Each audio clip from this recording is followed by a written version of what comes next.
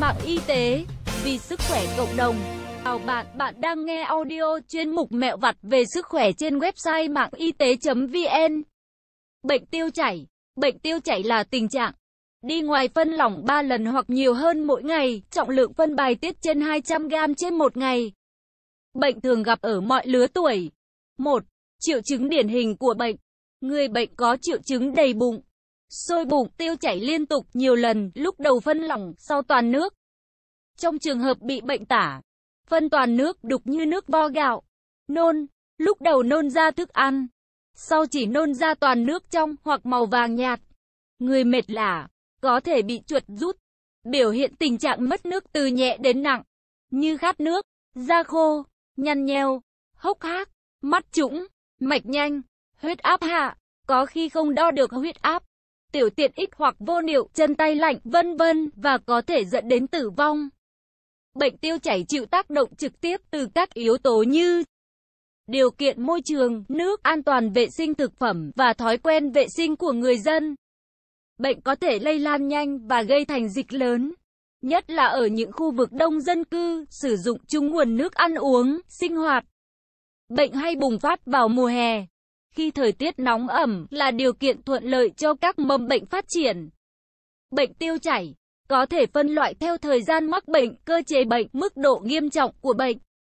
Đối với thực hành lâm sàng, thì thời gian mắc bệnh và đặc điểm bệnh là hai yếu tố tích cực nhất trong việc chẩn đoán và điều trị. Tiêu chảy cấp là tình trạng tiêu chảy kéo dài dưới 2 tuần. Nếu tình trạng tiêu chảy kéo dài hơn 2 tuần, được xem là tiêu chảy mãn tính. Rotavirus một trong những nguyên nhân gây tiêu chảy. 2. Nguyên nhân gây bệnh. Nguyên nhân dẫn đến tiêu chảy rất đa dạng. Trong đó, một số nguyên nhân thông thường gây tiêu chảy là nhiễm vi khuẩn, virus, ký sinh trùng, thuốc men, hoặc do rối loạn đường ruột. Do virus, rotavirus thường là nguyên nhân gây tiêu chảy ở trẻ em. Các virus khác như adenovirus, norovirus cũng gây tiêu chảy. Virus nhân lên trong liên bào ruột non, phá hủy cấu trúc liên bào, làm cùn nhung mao, gây tổn thương men tiêu hóa các đường đôi, dẫn đến làm giảm hấp thu đường đôi, lactose, trong sữa. Vi khuẩn và ký sinh trùng.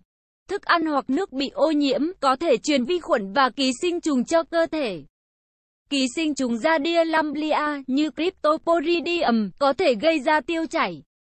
Vi khuẩn gây tiêu chảy thường gặp bao gồm Campylobacter, Salmonella, Shigella và Escherichia coli. Tiêu chảy gây ra bởi vi khuẩn và ký sinh trùng. Khi đi du lịch ở các nước đang phát triển và thường được gọi là tiêu chảy du lịch. Do dùng thuốc, nhiều loại thuốc có thể gây ra tiêu chảy, phổ biến nhất là thuốc kháng sinh. Thuốc kháng sinh tiêu diệt cả vi khuẩn tốt và xấu, có thể làm nhiễu loạn sự cân bằng tự nhiên của vi khuẩn trong đường ruột. Không dung nạp đường.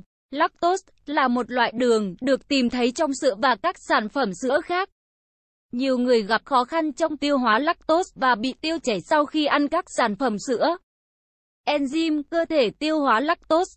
Nhưng đối với hầu hết mọi người, mức enzyme này giảm nhanh chóng sau khi thời thơ ấu.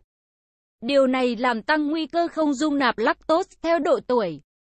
Fructose, một loại đường tự nhiên, được tìm thấy trong trái cây và mật ong, được cho vào như là một chất làm ngọt một số đồ uống. Có thể gây tiêu chảy ở những người gặp vấn đề tiêu hóa nó. Chất ngọt nhân tạo, sorbitol và mannitol, được tìm thấy trong kẹo cao su và các sản phẩm đường khác. Có thể gây tiêu chảy ở một số người khỏe mạnh. Do phẫu thuật, một số người bị tiêu chảy sau khi trải qua phẫu thuật ổ bụng hoặc phẫu thuật loại bỏ túi mật. Do rối loạn tiêu hóa, tiêu chảy mãn tính có một số nguyên nhân khác, chẳng hạn như bệnh Crohn, viêm loét đại tràng, bệnh celiac, viêm đại tràng kình hiển vi và hội chứng ruột kích thích. 3. Điều trị như thế nào? Những việc cần làm tại nhà. Bù dịch đường uống có thể được sử dụng để ngăn chặn bị mất nước. Các dung dịch làm ở nhà, như nước cơm pha muối, nước rau pha muối, súp gà và rau củ với muối, cũng có thể được cho bệnh nhân dùng. Với mỗi lít nước dung dịch gạo rang, hoặc ngũ cốc nấu nước cho vào từ 1/2 đến 1 thìa cà phê muối, hoặc uống orezon. Tuy nhiên, không nên cho bệnh nhân tiêu chảy uống dung dịch. chứa quá nhiều đường và muối, vì như thế sẽ khiến việc mất nước còn trầm trọng hơn. Cho người bệnh ăn nhẹ bằng những món ăn mềm dễ tiêu hóa. Tránh dùng những thực phẩm có gia vị, trái cây, đồ uống có cồn, cà phê, sữa trong vòng 48 giờ sau khi hết tiêu chảy. Tránh dùng kẹo cao su có chứa đường. Nếu bệnh nhân là phụ nữ có thai, nên tham khảo ý kiến bác sĩ trước khi uống thuốc. Cần đi khám bác sĩ hoặc nhập viện trong các trường hợp sau. Có dấu hiệu mất nước ngày càng nặng, da khô, mắt trũng, khát nước liên tục, tiêu chảy trầm trọng, đại tiện phân lỏng nước lớn hơn 10 lần trên một ngày, phân đen như bã cà phê hoặc lẫn máu, sốt. 4. Điều trị bằng thuốc, dùng kháng sinh. Kháng sinh có thể giúp điều trị tiêu chảy, gây ra bởi vi khuẩn hoặc ký sinh trùng. Nếu virus gây ra bệnh tiêu chảy, thuốc kháng sinh sẽ không giúp đỡ gì. Nhóm bù nước và điện giải. Orezon là thuốc thường được dùng. Chất hấp thụ Attapulgite smecta có tác dụng hấp thụ các độc tố, khí hơi trong đường ruột. Men vi sinh, các vi khuẩn sống, Lactobacillus, được đông khô. Khi vào ruột chúng sinh sôi rất nhanh, tạo ra một đội quân hùng hậu, trấn áp các vi khuẩn có hại như E. coli, rotavirus. Điều chỉnh thuốc đang dùng. Nếu bác sĩ xác định rằng thuốc kháng sinh gây ra tiêu chảy, bác sĩ có thể sửa đổi kế hoạch điều trị bằng cách giảm liều hoặc chuyển sang thuốc khác. Điều trị các bệnh gây triệu chứng tiêu chảy, bệnh Crohn, bệnh viêm loét đại trực tràng, hội chứng ruột kích thích, vân vân. Nhiều người gặp khó khăn trong tiêu hóa lactose và bị tiêu chảy sau khi ăn các sản phẩm sữa. 5. Lời khuyên của thầy thuốc. Tăng cường vệ sinh cá nhân, vệ sinh môi trường. Thường xuyên rửa tay bằng xà phòng và nước sạch, đặc biệt là trước khi ăn và sau khi đi vệ sinh.